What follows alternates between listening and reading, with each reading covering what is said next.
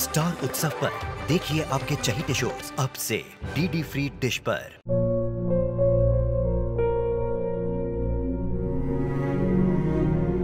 मैं डॉक्टर बनकर अपना और अपने आबा का सपना जरूर पूरा करूंगी।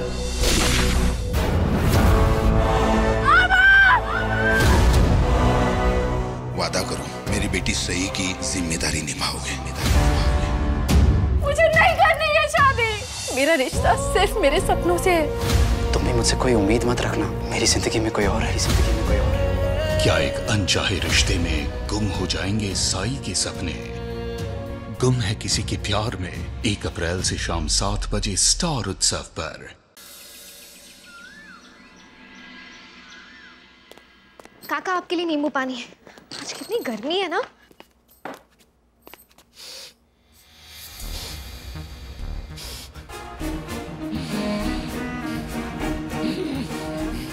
काका, काका क्या हुआ आपको? आप ऐसी गहरी गहरी सांसें क्यों ले रहे हैं? आप ठीक तो है?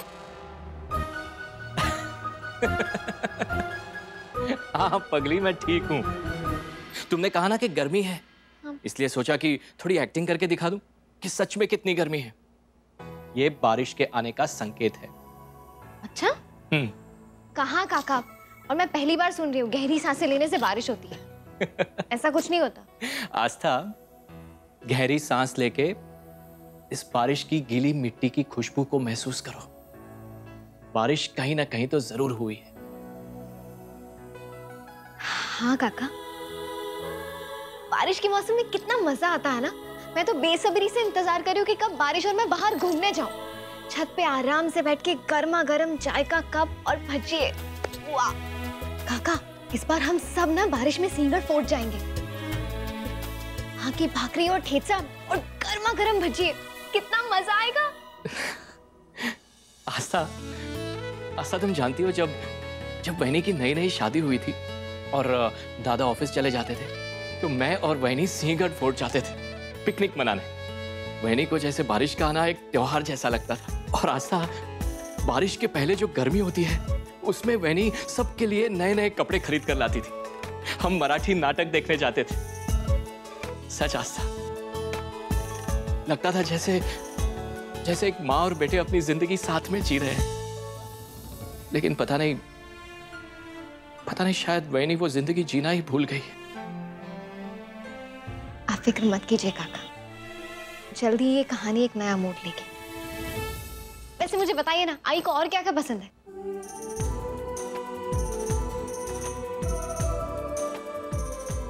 ये सब पसंद है उनको। या शायद पसंद था। तो क्या हुआ काका?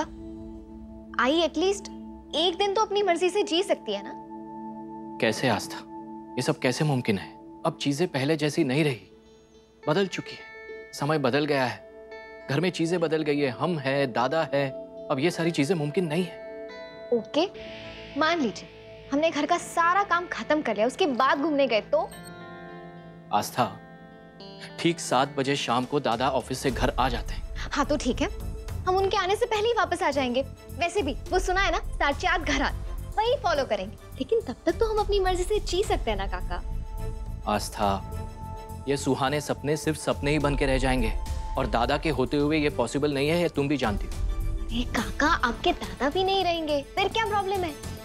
क्या दादा नहीं रहेंगे मतलब? मेरा मतलब है बाबा जब तक ऑफिस में होंगे हम घूमेंगे, उनके लौटने से पहले घर आ जाएंगे। आस्था, तुम समझने की कोशिश करो। चलो दादा तो ठीक है, लेकिन वहनी नहीं मानेगी। ऐसा कुछ मत करना जिससे मेरी वहनी फिर से मुसीबत में आ जाए। काका डोंट वरी, कुछ नहीं होने दूंगी मैं आपकी वहनी को। लेकिन हाँ, एक दिन के लिए ज्योति ताई का ध्यान रखना होगा। उनका 8वां महीना चल रहा है ना। मैं अभी आती हूँ।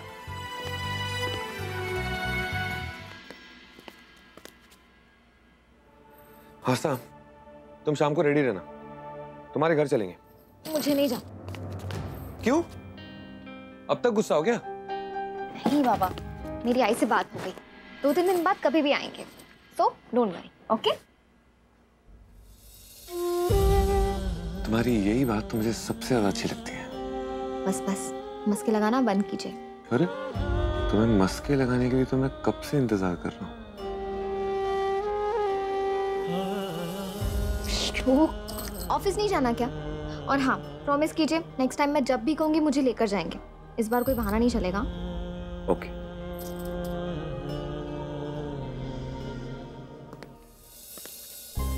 सच में एंटीक टेप रिकॉर्डर है। कभी इतना बोलती है जैसे इसका स्टॉप बटन खराब हो गया हो, या फिर कभी कभी ऑफ होके खुद में ही बजती रहती। अच्छा ठीक है, मैं चलता हूँ। बाय।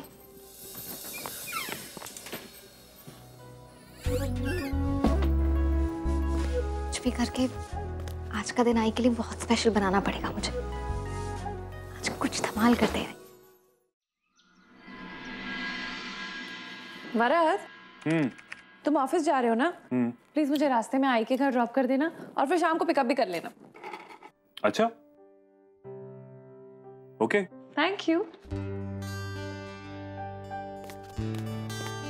लेकिन ये तो बताओ कि तुमने ऐसा क्या कमाल कर दिया कि आई ने तुम्हें जाने की परमिशन दे दी? पता नहीं, शायद तुम्हारी आई की आंखें खुल गई हो, पर एक्चुअली पता नहीं क्यों, लेकिन आज आई मुझ पे बहुत ज्यादा ही मेहरबान हो गई। ठीक है, मैं तुम्हें ड्रॉप तो कर दूंगा लेकिन पिकअप नहीं कर पाऊंगा। मुझे शाम को कहीं जाना है, आने में लेट हो जाऊंगा। क्यों? कहाँ जाना है तुम्हें? वरद, मैं देख रही हूँ आजकल रोज शाम को तुम्हारा बाहर जाना बढ़ गया है और सवाल पूछो तो झट से जवाब तैयार रहता है। क्या चल रहा है वरद? तुम आजकल खाने पे भी घर नहीं आते, रोज रात को लेट आते हो। वो क्या है ना सोचल कि मैं नौकरी करता हूँ, तो बिजी रहना तो जायज है, लेकिन अगर तुम्हें पसंद नहीं है तो मैं काम छोड़ घर में बैठ जाता हूँ। खाना भी घर पे खाऊंगा, इनफैक्ट तुम्हारी किचन में बैठ के मैं खाना बनाने में हेल्प भी कर दूंगा, ठीक है ना? वरद, मेरे कहने का मतलब वो नहीं था।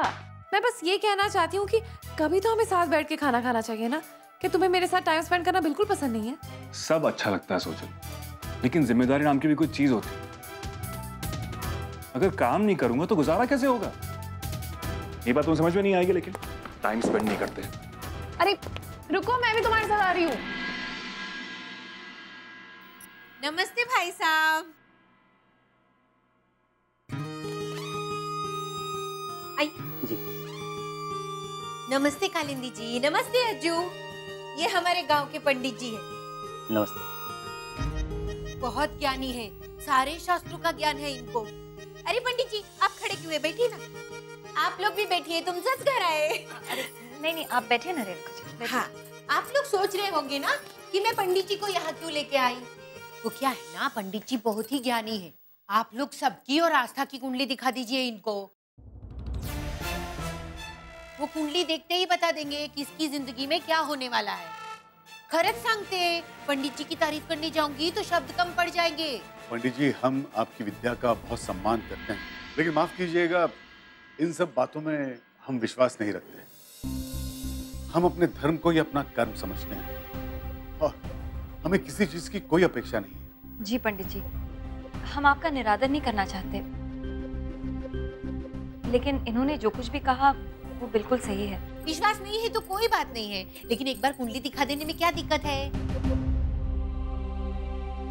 रेणुका जी, इस बारे में मैं आपसे और बहस नहीं करना चाहता। मैं पंडित जी को कुंडली नहीं दिखाऊंगा, बस। हाँ, आप अगर चाहें तो कालिंदी और आई से पूछ सकती हैं, लेकिन मेरा यह मानना है कि भगवान ने हमारी किस्मत में जो भी लिखा होगा अच्छा ही होगा। नमस्ते पंडित जी।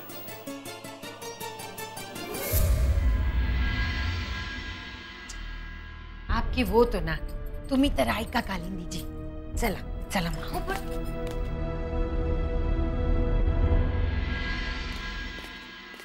आप लोग नहीं जानते हैं, वो पंडित जी सचमुच बहुत ज्ञानी है। आपके वो तो कुछ समझते नहीं। हमारे गांव में उनका कितना नाम है आप लोग नहीं जानते हैं। रेणुका जी, अभी अभी हमने आपसे कहा ना, हम इन बातों को नहीं मानते। अरे देवा, कशी फॅमिली आहे। मैं आप लोग का भला करने चली थी। मला वाटलं कि आपके घर पे कोई संकट आने वाला होगा, पहले से मालूम हो जाएगा तो उसका निवारण हो जाएगा, लेकिन आप लोग तो मानते ही नहीं है। ठीक है, आप लोग नहीं मानते हैं तो नहीं सही, लेकिन अभी तो मेरी इज्जत का सवाल है। सोचिए, पंडित जी गाँव लौट के जाएंगे तो मेरी कितनी बदनामी होगी। कम से कम आस्था के बारे में सोचिए, उसकी कुंडली तो दिखा दीजिए। लेकिन रेणुका जी, आता मी काहीच ऐकणार नाही। इतने महान आदमी को बैठा के रखना अच्छी बात नहीं है ना। जल्दी से आस्था की कुंडली दिखा दीजिए, जल्दी जल्दी। सीता जी ऐसा याद है ना, पर्दे भी बदलने। जा तू।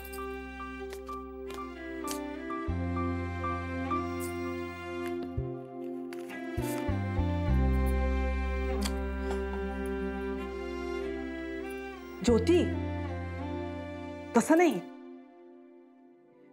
2 फांदे लो और 1 फांदा छोड़ दो। 2 1 2 1 कळलं?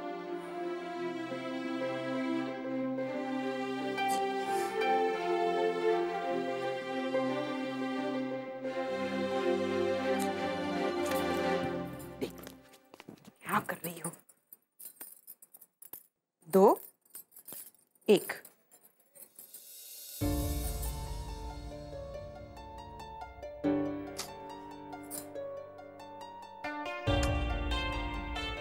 अगर काय करतेस? अभी तो बताया था तुम्हें, तुम समझती नहीं हो। शायद मैं समझना ही नहीं चाहती, इसलिए मत समझाना। Sita, yes sir. देख रही, अरे इसे मेरे कमरे में रख दो, बाद में बना दूंगी। कोई जरूरत नहीं, ये मेरी बच्ची का स्वेटर है, इसलिए मैं ही बुनूंगी।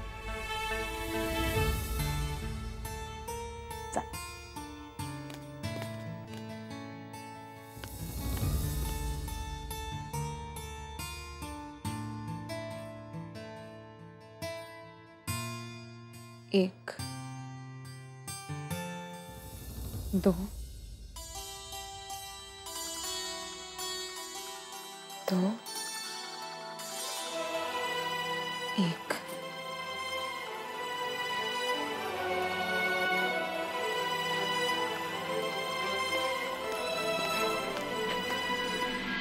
2 1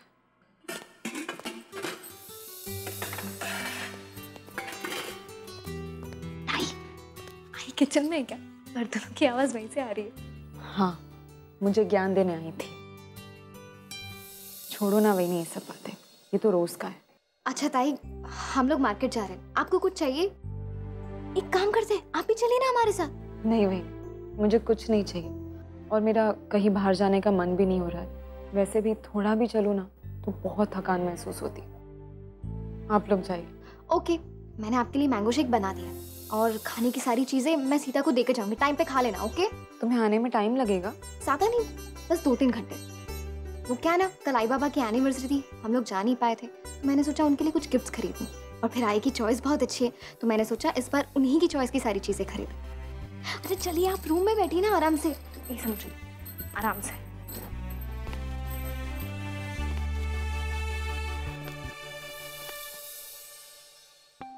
लीजिए पंडित जी, आस्था बेटी की कुंडली है। मैं आपको आस्था की ही कुंडली दिखाने के लिए लेकर आई थी। मुझे उसकी बहुत फिक्र रहती है। बताइए उसकी जिंदगी में क्या होने वाला है? जी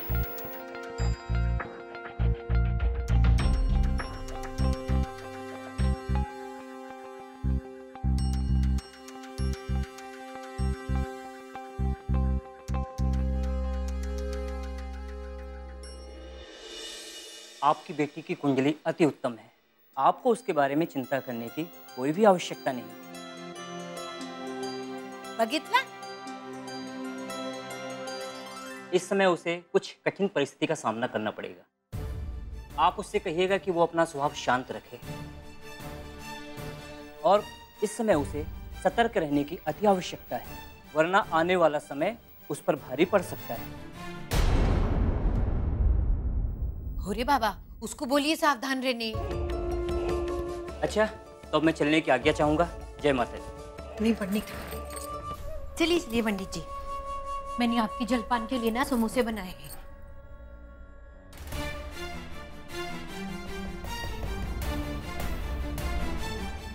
घबरो ना खुश, ऐसा कुछ नहीं होगा। हमारी आस्था अपनी जिंदगी में बहुत खुश है और वो बहुत समझदार भी है। इसके बारे में ज्यादा मत सोच बेटा। कैसे ना सोचो आई, आखिर मैं आस्था की आई हूँ। जब भी उसकी जिंदगी में नई खुशियां आई हैं, उन खुशियों ने उसके सामने एक नई चुनौती खड़ी की है। उसके बारे में बहुत डर लगता है आई। हाँ बेटा, लेकिन मैं ये भी जानती हूँ कि हमारी आस्तु ने हर मुसीबत का निडरता से सामना किया है। तू काळजी करू नकोस, मी सांगते ना। आपका पसंदीदा प्रोग्राम इस प्यार को क्या नाम दूं एक बार फिर लौटेगा कुछ ही पलों में।